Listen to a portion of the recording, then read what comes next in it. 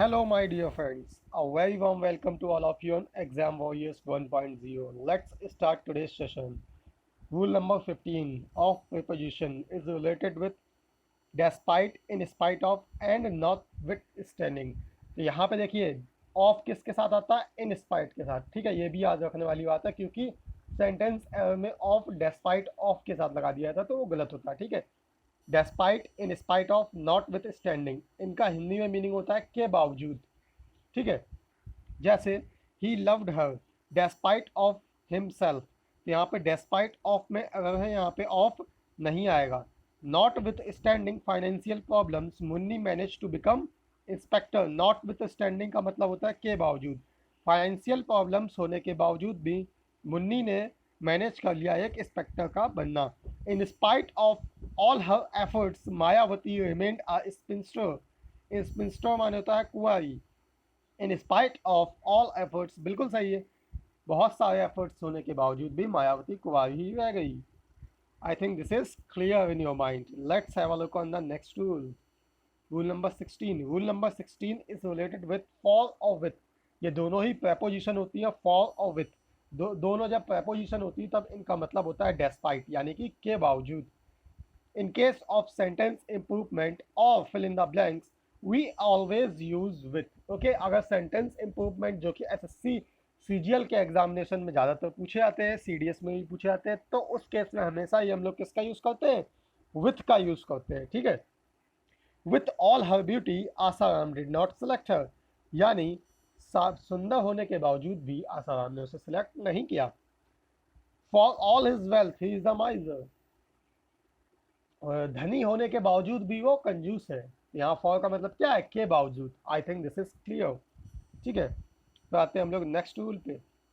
Rule number 17. Rule number 17 is related with by और with. By का use होता है in case of a doer. जब हमारे पास डूअर होता है, ठीक है, तो हम बाई का यूज करते हैं. और अगर वो काम किसी टूल्स या ऑब्जेक्ट्स के द्वारा हो रहा है तो उस कंडीशन में विथ का यूज किया जाता है. जैसे the photograph was taken by a beautiful cameras. ये स्पेलिंग गलत है ये कैमरा की. ठीक है, सही कर लीजिएगा. तो यहाँ पे क्या होगा? टेकन विथ, क्योंकि कैमरा क्या है? टूल है, ना कि डूअर. ठीक है. Ravan was killed with Ram. Killed with नहीं आएगा, बाई आएगा, क्योंकि राम क्या है? डूअर है, पर्सन है. ठीक है, तो इसको ऐसे भी याद रख सकते हैं कि पर्सन के केस में बाई का यूज और टूल्स के केस में विथ का use. Okay, this is very important rule. बहुत ज़्यादा बार ये कॉम्पिटिशन में पूछा गया है. Let's take a look on the next rule. Rule number 18. Rule number 18 में आते हैं हम लोग. In ink, in pencil, with a pen और विथ अ पेंसिल. देखिए, इन इंक होता है. इन इंक हम लोग इसलिए यूज करते हैं, यहाँ पे इन इंक का मतलब है कि सारे के सारे लेटर्स इंक में समाहित हैं, उनको बाद में लिखा गया है. फिर आता है इन पेंसिल. यहाँ पेंसिल का मतलब है लेड से पेंसिल की. ओके, फिर आते हैं विथ अ पेन. ये फ्रेजेस रट लेनी है कि इन पेंसिल होता है, इन इंक होता है, विथ अ पेन होता है, विथ अ पेंसिल होता है. यहाँ पेन का मतलब उसकी बॉडी से भी है. ठीक है, पेंसिल का मतलब पूरी वुडन जो बॉडी होती है ना, वो टोटल पेंसिल. इसलिए यहाँ पे आ आया है. जब ए आ जाएगा तो विथ का यूज, और ए नहीं आएगा तो इन प्रेपोजिशन का यूज करेंगे. बहुत ज़्यादा इंपॉर्टेंट है, कंफ्यूजिंग भी है. ठीक है, सी वोट विथ इंक. तो यहाँ पे क्या होगा? In ink. She wrote with ink की जगह she wrote in ink. Why don't you write the letter with pencil. तो क्या होगा? Why don't you write let the letters in pencil. या विथ अ पेंसिल लगा दो या इन पेंसिल लगा दो. देखो, पेंसिल के साथ अगर डिटरमाइनर ए आया है, आर्टिकल ए आया है, तो विथ प्रेपोजिशन होगी, क्योंकि आर्टिकल आ जाने से अब इसका मतलब हो गया है वुडन पेंसिल, पूरी कंप्लीट पेंसिल. जबकि जब आर्टिकल नहीं आया था तो पेंसिल का मतलब था लेड, जो उसकी पॉइंट होती है. ठीक है, अब आते हैं नेक्स्ट रूल पे. Rule number 19. रूल नंबर 19 जो है वो ऑन, एट और इन यानी कि डेज से रिलेटेड है. देखिए, ऑन, एट और इन के बाद क्रॉस लगा हुआ है, यानी कि ऑन एट का यूज नहीं करना है. कब? जब next, last, this, that, all, every plus time expression आ जाए.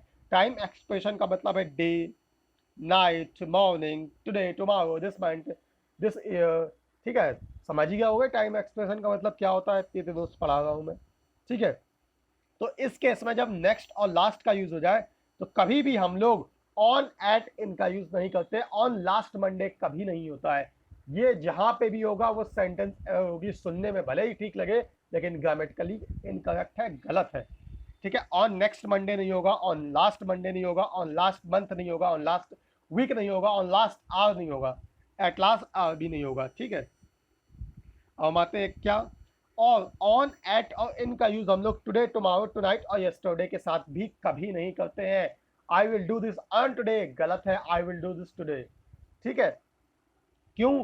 क्योंकि टुडे टुमारो क्या है, एडवर्ब है यार, एडवर्ब ऑफ टाइम है, और एडवर्ब ऑफ टाइम है तो ये प्रीपोजिशन का ऑब्जेक्ट कैसे बन सकते हैं? प्रीपोजिशन का ऑब्जेक्ट तो नाउन या प्रोनाउन होता है, ये स्टार्टिंग में ही बताया था। तो ये एडवर्ब है, टुडे, टुमारो, टुनाइट, यस्टरडे, तो इस वजह से ऑन एट इनका यूज इनके साथ नहीं होगा। तो आते हैं names of the day, next और लास्ट। तो ये सही है, ऑन मंडे लास्ट सही है, जबकि ऑन लास्ट मंडे गलत है। ठीक है, डेज के साथ हमेशा ही ऑन प्रपोजिशन का यूज करते हैं, ऑन मंडे लास्ट ये बिल्कुल सही है, जबकि ऑन लास्ट मंडे गलत है। देखिए, इसको अच्छे से समझिएगा। ठीक है, अब आते हैं इसके एग्जाम्पल्स पे। Did you meet on last Monday, तो यहाँ पे ऑन नहीं आएगा। Did you meet me last Monday, I have not seen you since yesterday, ये तो बेसिकली सही है। Will you go there on Monday next, ये भी सही है। तीसरा रूल देखिए, on names of the day and next last, तो बिल्कुल ही सही है। I think this is clear in your mind. तो आते हैं हम लोग रूल नंबर 20। रूल नंबर 20 जो है वो रिलेटेड है verbs of motion. Verbs of motion कौन कौन सी होती है? तो come, go, walk, return, reach, arrive, enter, go, run, on the way, ये सारी जो वर्ब्स हैं क्या है? वर्ब्स ऑफ मोशन है, जो मोशन को डिनोट करती हैं। तो इस केस में जब हमारे पास वर्ब्स ऑफ मोशन, जैसे एग्जांपल के लिए ले लिया हमने गो, गो के बाद कोई भी प्रपोजिशन नहीं आई और उसके बाद कोई भी डिटरमाइन नहीं आया, तब हम लोग यूज करते हैं होम। क्या कहने का मतलब है कि गो होम होगा, आई गो होम, ना कि आई गो टू होम या आई गो टू द होम। तीनों ही गलत है, सिर्फ और सिर्फ गो होम होगा, क्योंकि यहाँ पे जो होम है ना वो एडवर्ब है, adverb, place of adverb, adverb of place. याद रखना, रट लेना, ये प्रीपोजिशन कठिन चैप्टर है। ठीक है, तो जब नो प्रीपोजिशन नो डिटरमाइनर के केस में डायरेक्ट वर्ब ऑफ मोशन के बाद होम आएगा, इसके बीच में कोई भी प्रीपोजिशन और कोई भी डिटरमाइनर का यूज नहीं करेंगे।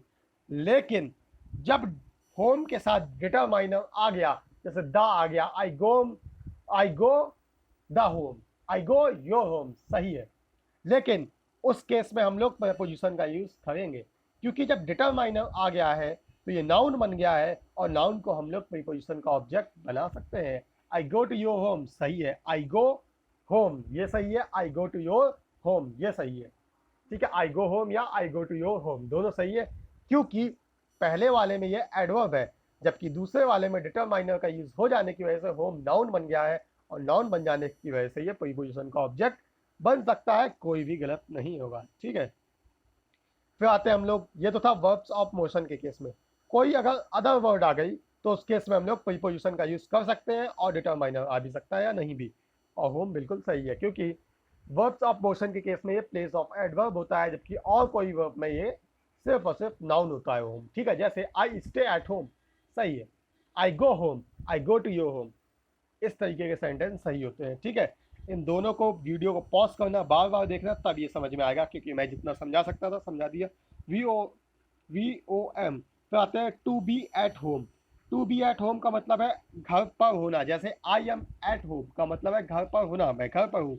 अब मैंने कहा आई एम होम, तो आई एम होम का मतलब है मैं घर पर आ गया हूँ, पहले बाहर गया था लेकिन अब आ गया हूँ घर पर। ठीक है, तो आई एम होम का मतलब ये नहीं होता कि मैं घर हूँ, इसका मतलब है मैं घर पर आ गया हूँ, आई एम होम। ये एडवांस इंग्लिश में आई एम होम का मतलब होता है मैं घर पर आ गया हूँ। आते हैं इसके example, let's go to home to have some food. यहाँ पे क्या होगा, लेट्स गो होम, टू नहीं आएगा। ठीक है, I have arrived at your home, तो बिल्कुल सही है, अराइव हो गया, एट हो गया, डिटरमाइनर हो गया, तो ये नाउन बन गया, ये बिल्कुल सही है। These days my mother is staying at home, staying क्या है, VOM, यानी वर्ब्स ऑफ मोशन नहीं है, तो यहाँ पे ये बिल्कुल ही सही है। I think this rule are clear in your mind. Subscribe this channel and also press the bell icon. Thanks for watching me. This is your friend Rishi signing off. Subscribe this channel and also press the bell icon. Thank you.